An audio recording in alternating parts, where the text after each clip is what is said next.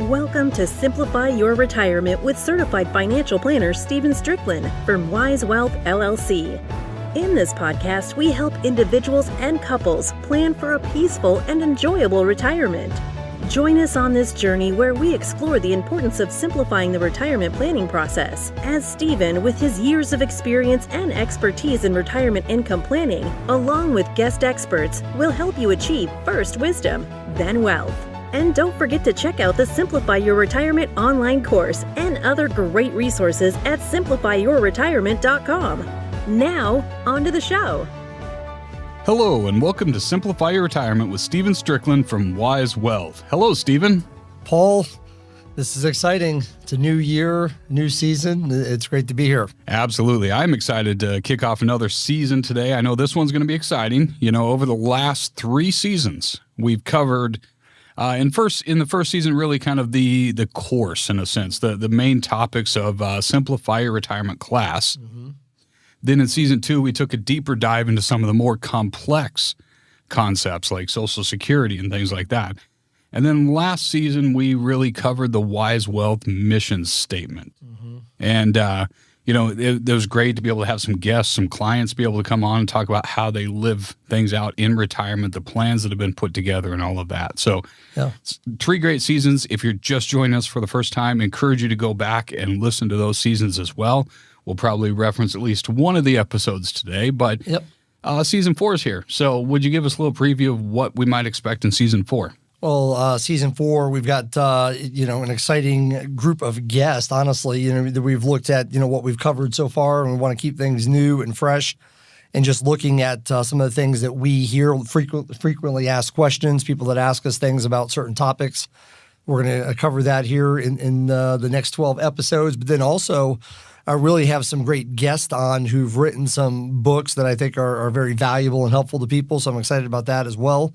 And then, I want to reiterate just, something you said there as I was reviewing these 3 seasons and, Simplify Your Retirement. Obviously, that's the name of our podcast, but I want everyone to know if they're just joining us. Some people may start the new year, 2022, and say, hey, I'm going to start listening to a new podcast and listen to our newest episodes first. And so you may be joining us right now, season 4. We do have the other 3 seasons, and season 1 really is, like you said, Paul, the Simplify Your Retirement book in a podcast form. It's the course in a podcast form, and so it's 12 episodes, but it really takes you through the book that I wrote called Simplify Your Retirement and the course. And what I want everyone to know is we do have an online course now. Yes. So you could go to simplifyyourretirement.com, simplifyyourretirement.com, and on that website, you could actually order a copy of the book. You could take the online course. We constantly are having live courses.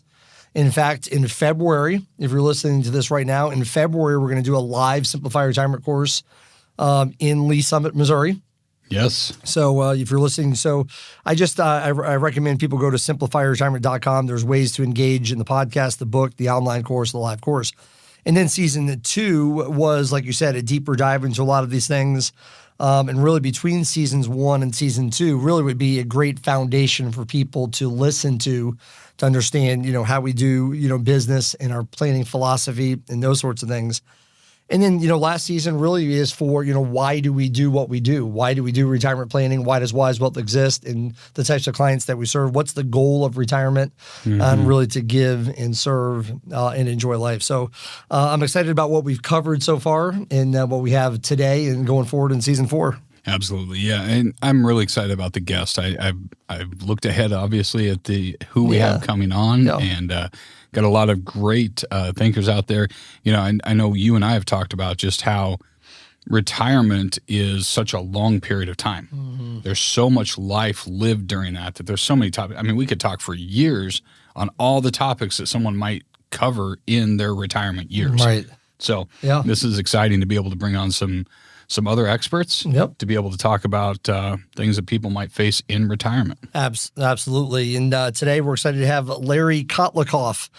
Some of you may remember Larry was actually a guest on our podcast back in season 2, episode 3. Mm-hmm. And last time we had Larry on, we really were focusing on Social Security. Yes. I think, Larry, you had written some papers on that. And so we had you on to talk about Social Security, but welcome back to the podcast. Great to be back with you. Thanks for having me. Yeah, I think originally I have this book called a co-authored book, Get What's Yours: The Secrets to Maxing Out Your Lifetime Social Security. And that, can you believe that a book about Social Security rules became a national bestseller? It's pretty amazing. Yeah, right. Yeah. Exactly. It's obviously a great topic. It affects every single person in America at a certain point. So that was a great thing. And Larry, you'll be glad to know you're our first returning guest. We've never had a guest on for the second time. So that's a good thing. And just for people that did not get a chance to listen to our interview with Larry back in season 2, episode 3 on Social Security, I'll just give you a brief intro. Larry Kotlikoff is a William Fairfield Warren professor at Boston University, a professor of economics at Boston University, a fellow of the American Academy of Arts and Sciences, a fellow of the Econometric Society, a research associate of the National Bureau of Economic Research, president of Economic Security Planning, Inc., a company specializing in financial planning software, a research associate at Gator Institute, and a research fellow of the Goodman Institute. Kotlikoff is also a New York Times bestselling author. The Economist magazine ranked Kotlikoff one of the world's 25 most influential economists. And his website is kotlikoff.net. I want to spell that for you if you want to go to his website. It's KOTLIKOFF.net. Kotlikoff.net. And so all that to say, Larry is an economist. So how is it, guys, if I'm so influential, I can't get my wife to do what I say? Right. Exactly. Everyone else is listening to you, but she's a big influencer. Yeah. Yes, absolutely. And so Larry has the credentials. It's always interesting to talk to an economist. I'm always interested in why people got into that field. And Larry has a new book that just came out called Money Magic. And you talk a little bit about why you became an economist. You want to share that a little bit? Yeah, it was really I went to college and, I was interested in doing something that was useful for society. So I thought I would become a doctor. Mm-hmm. And then, so I took the first year, Biology 101. I knew something about, what biology meant, but then I hadn't known nothing about economics. I never even knew it was a field, if you could imagine that. I went to a very good private high school, a Quaker school across the river from Philadelphia, and I went to the University of Pennsylvania. But in so many ways, and I had probably a terrific education, nobody mentioned the word economics. Right. So anyway, I get there, and I said, oh, okay, well, I'm going to take this course. So I take the Economics 101 with a terrific professor. So here I am in biology course, the first lab, and there's this frog on each table. Mm-hmm. And the goal is to inject it with something to put it to sleep, knock it out, and then you have to slice open its chest cavity, mm-hmm. and then spread it open. I think you had to sprinkle some kind of drop some acetylcholine to kill the heart, and then after it was dead, you had to rub its heart back to life, and then you had to write down your observations, and then the instructor came over and said, do it again, mm-hmm. and to kill it again, and then revive it again. So this went on for an hour and a half, and at the end of an hour and a half, I was an economist. Right. That's funny. You decided that the medical profession was not for you. You decided right then and there. Yeah. It just grossed me out to be torturing this little frog. Absolutely, yeah. I read that story. I thought that was funny. You thought you were going to go to school to be a doctor, and you quickly changed your mind and said, this is not for you. And maybe being an economist is the right way to go. So looked like it worked out. Looked like it was the right decision. Yeah, it was. When I went to 4 years, I was doing well in economics, but there's lots of math and statistics. And mm-hmm. I was fine in it. I graduated top grades and summa cum laude and all that stuff. But I was always very sure that I wasn't that good, and especially in the technical areas. And so I decided it would be much safer to become a lawyer. And in retrospect, I know I don't have the personality to be a lawyer because I can't just, So I applied to 15 law schools and 15 grad schools at the same time. And through some actually one of my professors in economics had just come from Harvard, where he was very close friends with the head of admissions there. And somehow he wrangled to get three of us from Penn into Harvard in 1 year. Harvard takes 25 kids. So there's one kid from India, one kid from Iran, one kid from Chile, one kid from Mexico, and three from the University of Pennsylvania.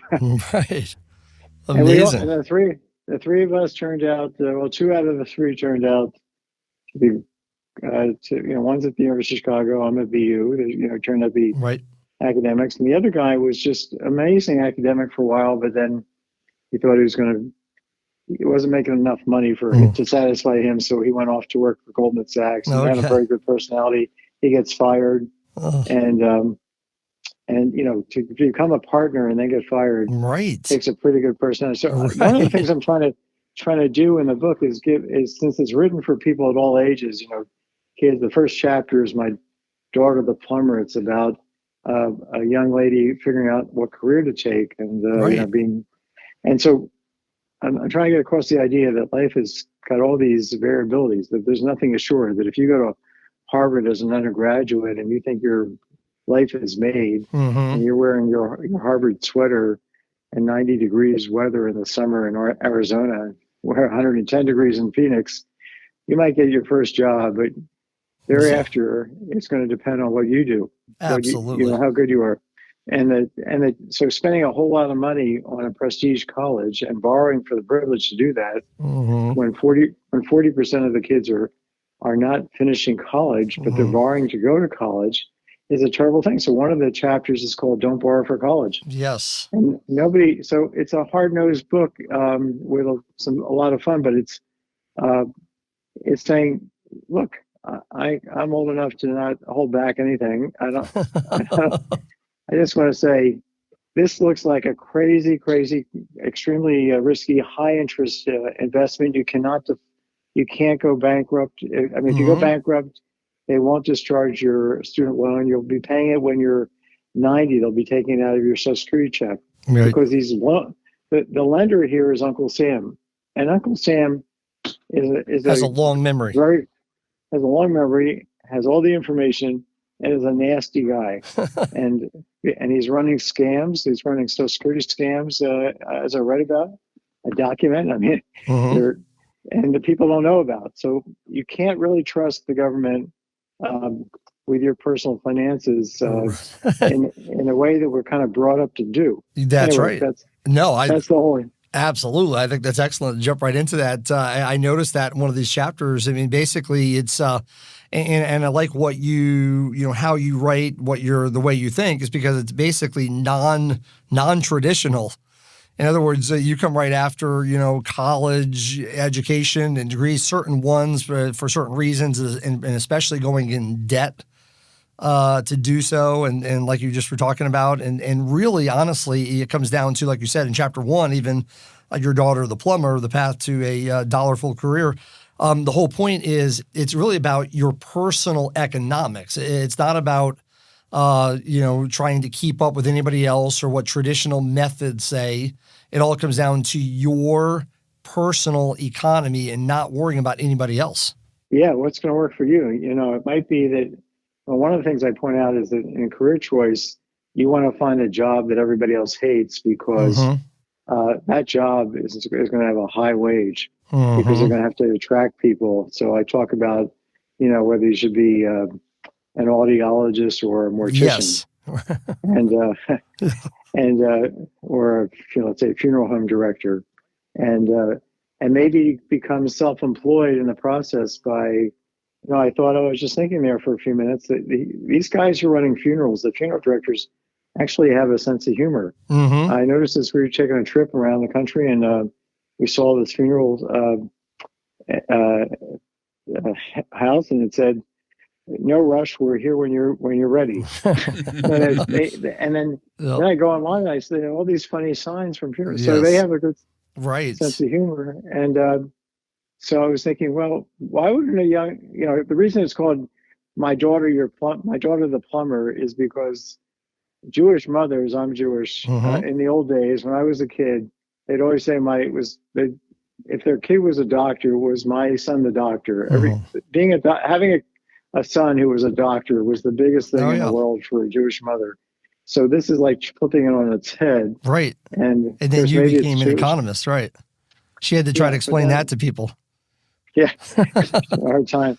Right. But so it's a little bit subtle, that chapter title. But Right.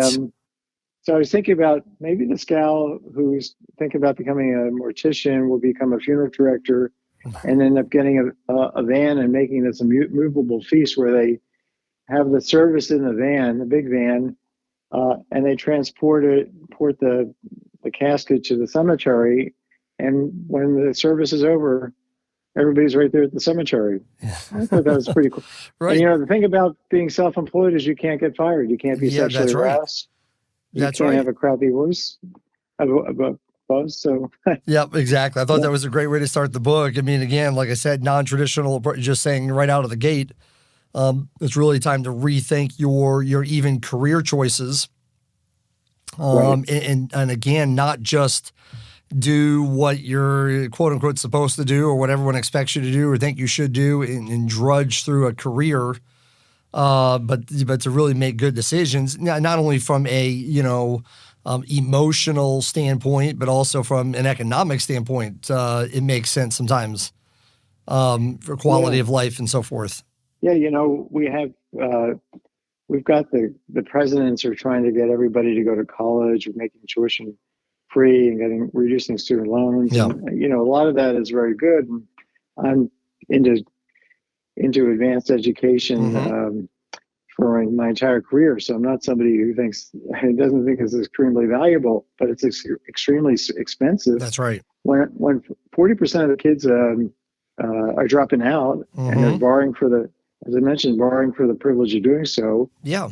And then, so you got to think about, gee, if only 30% of the kids in America are actually ending up with some kind of a completed degree, then we got 70% to think about. So we should be asking, what are these people going to do in the future, especially given automation and especially given age discrimination and the fact, I saw this with my wife who was working for Wayfair in property management at the end of her career. She had lots of jobs in Boston, but at the end of her career, she's working for Wayfair. It sounds like a really cool, it's like the Amazon of furniture, cool job, high tech, lots of young people. But they're having her drive 8 hours in 2 days each way, 16 hours to go visit their call center, which has got some property management issues. Things are leaking, and they're having her do this like every other week. And she's in her late 50s. And I'm saying, there's no way to fly there. There's no train. There's no bus. She has to drive.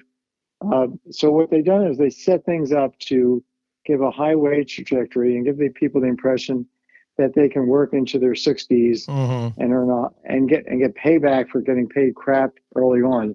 And the reality is that Wayfair has set this up in order for people to be to balance people out, just because of the way they and that's true. So I'm saying to this young gal who's whatever profession she's choosing, to go to the job sites or a bunch of job sites and see how many people have gray hair. And if they don't have gray hair, that there's something going on to weed you out. Very interesting. And this is not, you can see that in 2 seconds. I mean, you're into simple solutions. I'm into simple solutions. I try to make everything, something that everybody can do without running. So I've got this software program that underlies lots of what's in the book. It's called Maxify.com, Maxifi.com. And it just comes out with such, and so quickly, it's calculating these very complicated things in a half a second. But not everybody wants to run software. And I said, well, I got to just tell people what the thing has shown me, and also what I know in general about economics. The fact that there's Yes. an age-wage scale. I know, read all kinds of papers, but very few of these papers are about taking somebody in their 50s and making them drive all around the country. Right. That part's not in the academic papers, but the combination of reading the academic papers and seeing the contrast just put a whole new perspective. So it's the combination of my economic background and the software that I've developed for 30 years. That's where the term magic comes in. Right. Okay. It's things, what's a magician knows something that somebody else doesn't know. It's not that he's smarter or anything like that. He just happens to learn something that he can convey, and it's surprising. So there are a zillion surprising things in this book. Yeah, there really are. There really are, and that's why I was going to ask you. Why did you come? Why did you name it Money Magic? What is the what's the reason behind the name? That explains it. I mean, just knowing something maybe that other people don't know, or a perspective that you've never looked at before or seen before. And I think it's always wise for people to do that, not always just, we have this thing in the industry, called confirmation bias, and this whole concept of you basically just believe what you've always believed, or in not being open-minded to hearing other ways to do things. And I think that's dangerous when people are not open-minded to be able to hear other things, other ways to do things. And I think you present a lot of that in this book. Yeah, and I don't hold back on anybody, including conventional financial planners who are using. I noticed. Well, I feel. Yeah. So I wasn't trying to attack financial planners. I've got lots of very close friends who are financial planners. We're not using our software, and we sell our software to financial planners. Right. I don't give them a hard time, but they're a lot of them are stuck. A little bit of a hard time, but a lot of them are stuck by their bigger company that they have to use these conventional tools, but then the conventional tools they hate, and at least my friends, at least they tell me, but they say they're stuck doing it. They got they can't move all their clients. It's too cumbersome. Right. Maybe the new clients, but not the old ones. But then they just apply their common sense. They say this tool is screwing, this is like it's giving me some information, but it's not really telling me what I need to know. So I'm just going to use my experience. And I've even had people who aren't friends who run our software on the side, in some sense illegally, in violation of the company code, in order to confirm that the software that they're getting from the company makes some sense whatsoever. I mean, we could go on for an hour about the difference in methods. Absolutely, and it's so true. Yeah, exactly. And like a lot of people will, they base, their financial planning comes down to, or their advice comes from just the answers that someone gives them to a risk profile questionnaire. And we know that there's a lot more to financial planning and advice than just putting someone in an allocation that's based on the answers to a risk profile questionnaire or something like that. And I know what you mean. It's like we look at it and say, a lot of people will just look at, average annual rate of return and projecting that into the future. And we know that by experience, you can't just use an assumption like an average annual rate of return for something going forward in the future. And so, I kind of should comment real quick on that point, which is that, and I have a discussion of investments and investment strategy and what economics has to say on this, but. What economics says we need to do is look at the dispersion, the spread of our living standard per household member. What we get the bottom line, what we get to spend per household member if we invest, let's say, aggressively, and maybe also spend aggressively along the way. How much of a downside is there if we're adjusting every year to where things are? If we lose 30% in the stock market, like we did in March 2020. Because of COVID, and let's say the Fed hadn't rescued the stock market, would we have just kept on spending the same amount and investing the same way? And that's what conventional tools imply. And then they ask, what's the probability of this whole thing working out of being rigid? And economics says that's the last thing in the world you want to be, which is rigid. You want to adjust to your current circumstances. Right. And so just the methodology for thinking about investing and the outcomes from investing at risk or not, or less risk, it's a completely different methodology that's not taught in a CFP, Certified Financial Planner program. And we don't teach their stuff and they don't teach our stuff. Right. To tell you the truth, if somebody at the Wharton School had a course in conventional financial planning and just did the same thing that they do in the CFP program and started teaching that stuff, that person would be fired the next week. Right. No, I understand exactly. It's why we got to be open-minded and hear other ways to do things, especially obviously from someone who studies the economy and someone who studies these government programs like you have for many, many years. It's interesting because when I look at this book, Money Magic, it does seem like the focus of the entire book, maybe the underlying factor of the whole thing, is that everything does come down to a person's living standard. And basically all the decisions we make should be based on your own living standard. Sure. Absolutely. That's the bottom line. Going back a century, economics-based financial planning was developed in 1930 by a guy named Irving Fisher, who's the top economist in the world. He wrote The Theory of Interest. He explained the relationship between real interest rates and nominal interest rates, and there's something famous Fisher equation, and how to think about saving. And I mean, he was the fundamental guy to start the life cycle model of in economics, like life cycle theory. And so, we have an approach that's well grounded, and all the finance that has followed, these departments of finance at every top university has 30 finance economists. They're all working on basically the same framework, life cycle consumption smoothing, and it's all about your living standard. So the theory of Fisher was into having a smooth living standard over your lifetime. That's what people want to, because of physiology. We don't want to eat all our acorns before the winter comes.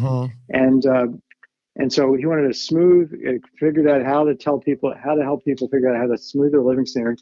But then subsequent economists said, we have to smooth our living standard not just across time, but across bad times and good times. And that's where insurance comes in, and that's where diversification of assets comes in, asset choice, investment choice. So the every leg or stool of personal finance in economics is based on consumption smoothing, of trying to maintain your living standard in good and bad times, but also take advantage of the fact that the market does not go into the casino. It's absolutely a draw, but it's got a very high positive annual return, but it's also highly risky. Absolutely. So, well, Larry, we are definitely going to continue this conversation. We have a lot more to talk about. There's a lot more in this book, but it was great to get started. For those of you listening to our podcast, our guest is Larry Kotlikoff. Kotlikoff.net, Kotlikoff.net. You can find out more information about Larry. And Paul, this is going to be a two-parter. We're going to have to continue with Larry on our next episode, but it was great to get started. Yeah, there's a whole lot there for sure. My pleasure. Anytime. All right. Thank you, Larry. And thank you, Stephen, for having great guests on, as always. Look forward to next time for sure. And of course, our last thank you goes to you, the listening audience. We wouldn't be here without you. Thank you for tuning in to Simplify Your Retirement Podcast with Stephen Stricklin. If you haven't subscribed to the podcast yet, please click the subscribe now button below. This way, when Stephen comes out with a new podcast, it'll show up directly on your listening device. Just like the one next time with when we continue this conversation with Larry. This makes it much easier to share these podcasts with your family and friends as well. Again, thank you for listening today. For everyone at Wise Wealth, this is Paul Brock reminding you that financial peace comes from having a plan. And we'll see you next time. Thank you for listening to the Simplify Your Retirement podcast. Click the subscribe button below to be notified when new episodes become available. The information covered and posted represents the views and opinions of the guest and does not necessarily represent the views or opinions of Wise Wealth LLC or Simplify Your Retirement. The content has been made available for informational and educational purposes only. The content is not intended to be a substitute for professional investing advice. Always seek the advice of a financial advisor or other qualified financial professionals with any questions you may have regarding your investment planning.